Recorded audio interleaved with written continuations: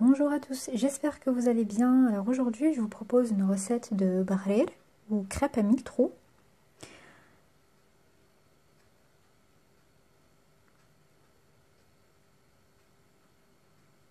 Alors pour cela, on va avoir besoin d'un blender.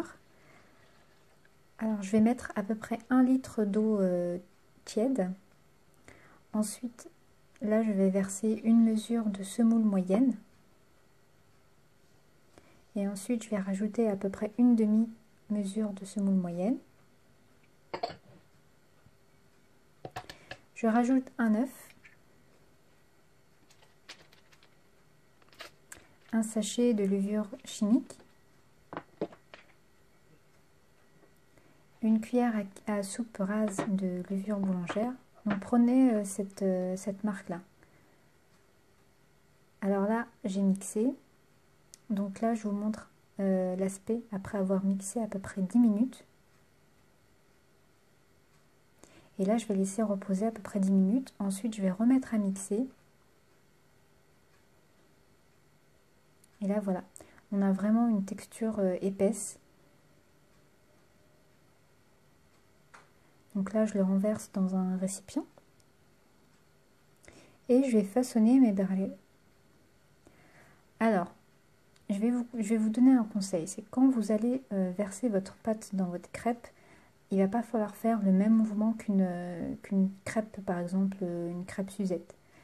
Il va falloir vraiment prendre la louche et mettre votre louche au centre de votre poêle et ensuite verser toute la préparation en une fois. Je vais vous montrer comment faire juste à la suite de la cuisson de ce barrel.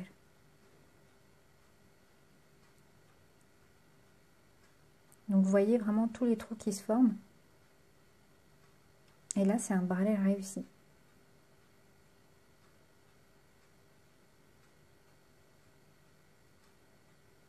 Voilà, donc là, je prends une louche, je me mets vraiment au centre. Et là, je verse toute la quantité de ma louche. Et normalement, la pâte ne déborde pas. Un autre conseil aussi, c'est que quand vous, après cuisson en fait de votre barrel, il ne faut pas superposer un barrel sur l'autre. Vous pouvez le superposer une fois cuit. Une fois refroidi.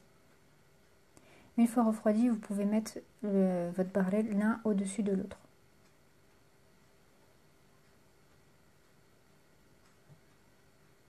Si vous voyez aussi que votre barrel fait des gros trous et pas plusieurs trous, vous pouvez le remettre à mixer et le remettre et refaire vos barrels.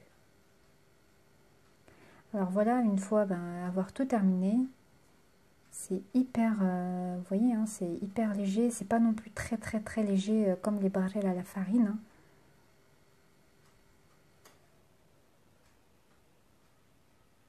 Voilà, j'espère que ça vous a plu et je vous dis à bientôt pour d'autres recettes.